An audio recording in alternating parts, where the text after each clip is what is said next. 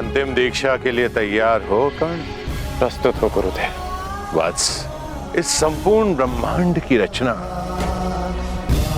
ब्रह्मदेव ने की है और उनसे बड़ा संहारक कोई नहीं हो सकता है।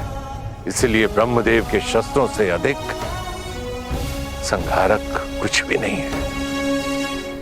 और वो 3 शस्त्र हैं, ब्रह्मास्त्र, ब्रह्मशीरस्त्र और ब्रह्मांडास्त्र। कर्ण, उनकी दीक्षा से पहले तुम्हें मुझे वचन देना होगा। इनका प्रयोग तुम उत्तरदायित्व के साथ करोगे, संसार के हित के लिए करोगे, और तभी करोगे जब तुम्हारे समक्ष और कोई मार्ग ना बचा हो। सूर्य देव को साक्षी मानकर ये राधे आपको ये वचन देता है।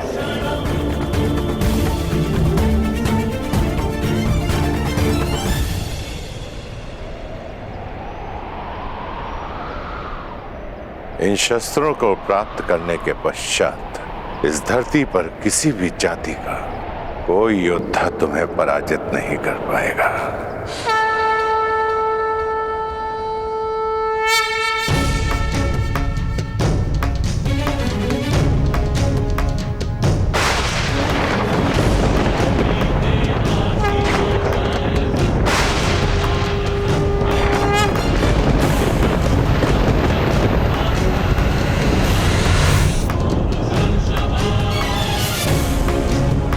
ब्रह्मास्त्र अब ये तुम्हारे शरीर में विद्यमान है राधे।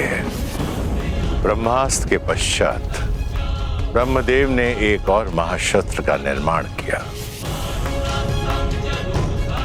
जो ब्रह्मास्त्र से 4 गुना शक्तिशाली है, ब्रह्मशिर अस्त्र।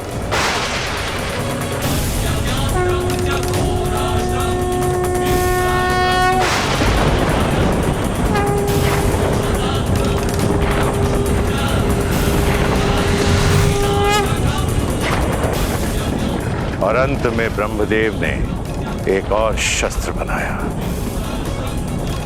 जिसका अनुसंधान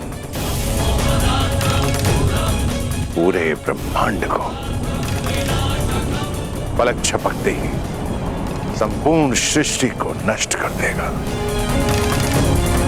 ब्रह्मांड अस्त्र।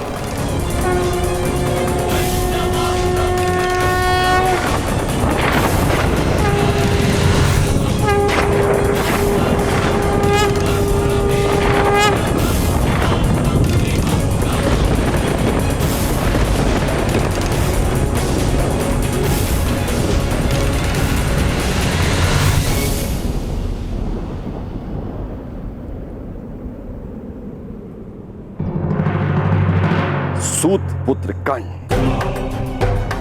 ब्राह्मण पुत्र बनकर दिव्यास्त्र का ज्ञान ले रहा है। मूर्ख, तुमने इंद्र के मान और अभिमान पर प्रहार किया है जो उसके लिए सब कुछ था। अब इंद्र तुम्हारे दिव्यास्त्र के ज्ञान पर प्रहार करेगा जो तुम्हारे लिए सब कुछ है।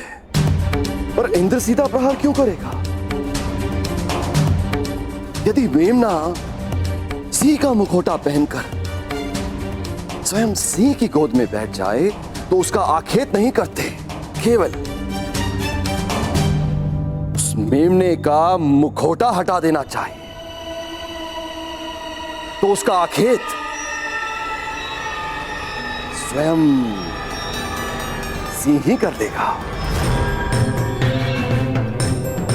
स्मरण रहे कर्ण, सबसे बड़ा अभिशाप वही होता है जो वरदान स्वयं के लिए शाप बन जाए।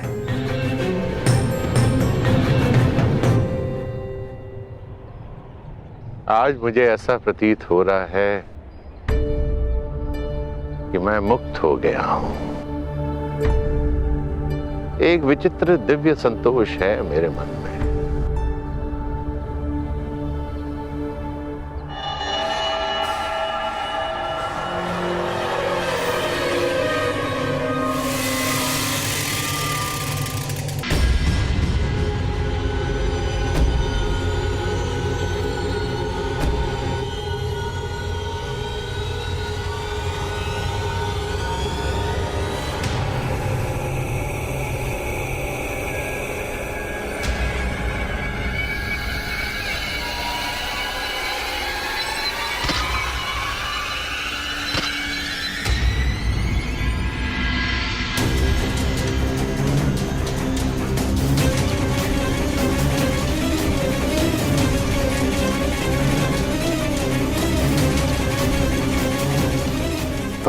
गुरुवर संतोष की निद्रा में है। उनकी निद्रा भंग हो जाएगी। मैं उनके विश्राम को भंग नहीं होने दे सकता।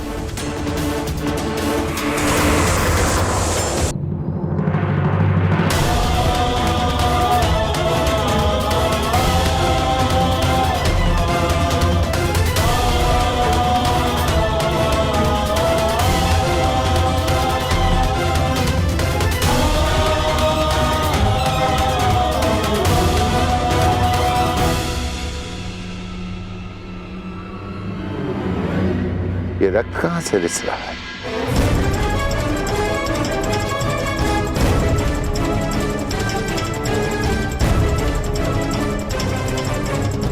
राधे,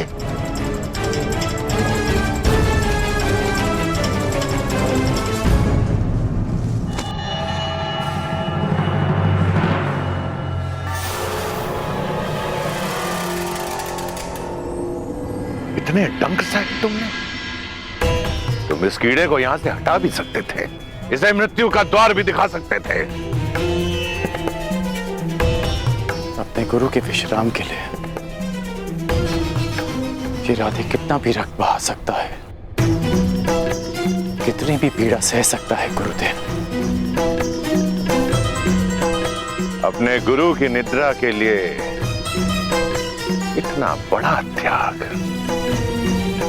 अपने प्राणों की भी चिंता किए बिना इतना विष सहा तुमने मुझे महाक्षत्रिय राजा शिवी का स्मरण करा दिया, जिसने एक कबूतर की रक्षा करने के लिए अपने हाथों से अपने शरीर का मांस काटा।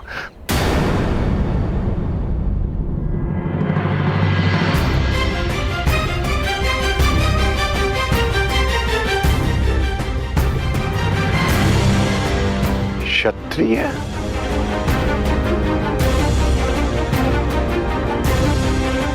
कौन हो तुम राधे?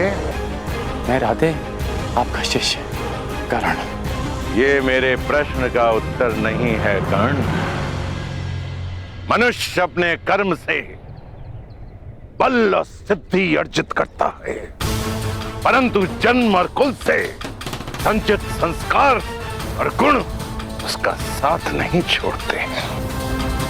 अपने गुरु की निद्रा के लिए इतनी असहाय पीड़ा सही तुमने? नहीं कर्ण, नहीं। ये एक ब्राह्मण कुल के बालक के लक्षण नहीं हो सकते हैं, कदापि नहीं हो सकते हैं। जब तुम मुझसे दीक्षा लेने आए थे,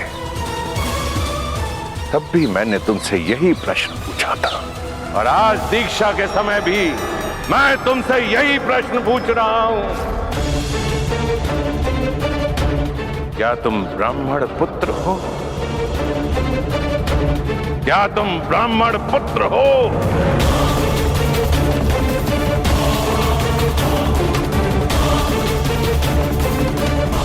नहीं गुरुदेव,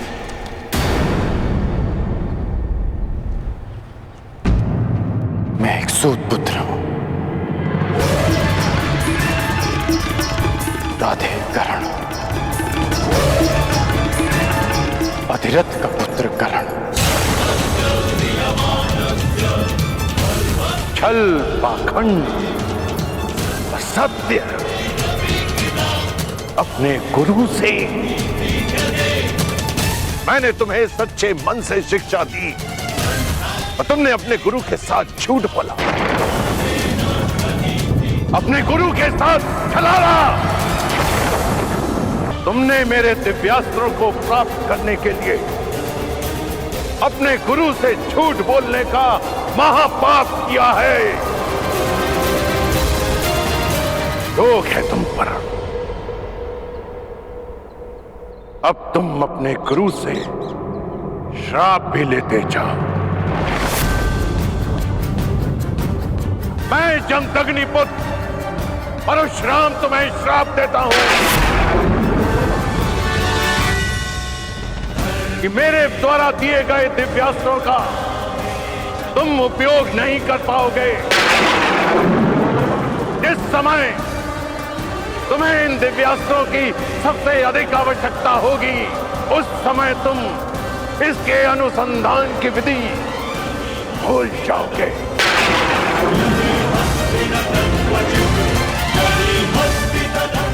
मेरे द्वारा दिए गए दिव्यास्त्रों का आवाहन नहीं कर पाओगे। ये मेरा श्राप है।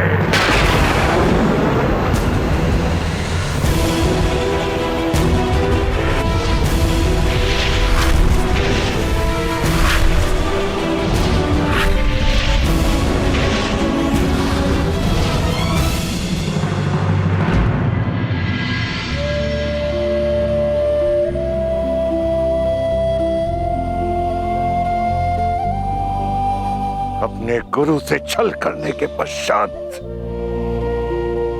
तुम अपने गुरु से दृष्टि मिलाने का साहस कर रहे हो। चले जाओ यहां से कर्ण, चले जाओ। मुझे कोई खेद नहीं कि मेरा जन्म एक सूत कुल में हुआ है। मुझे कोई खेद नहीं कि मुझ में ब्राह्मणों और क्षत्रियों का रक्त नहीं बहता। खेद है तो केवल इस बात का कि मेरा जन्म ऐसे स्थान पर क्यों हुआ जहां जीवन को ब्राह्मणों और क्षत्रियों का दास माना जाता है। शास्त्रों में लिखा है कि मनुष्य की महानता और सफलता उसके गुण, उसकी मेधा से मापी जाती है।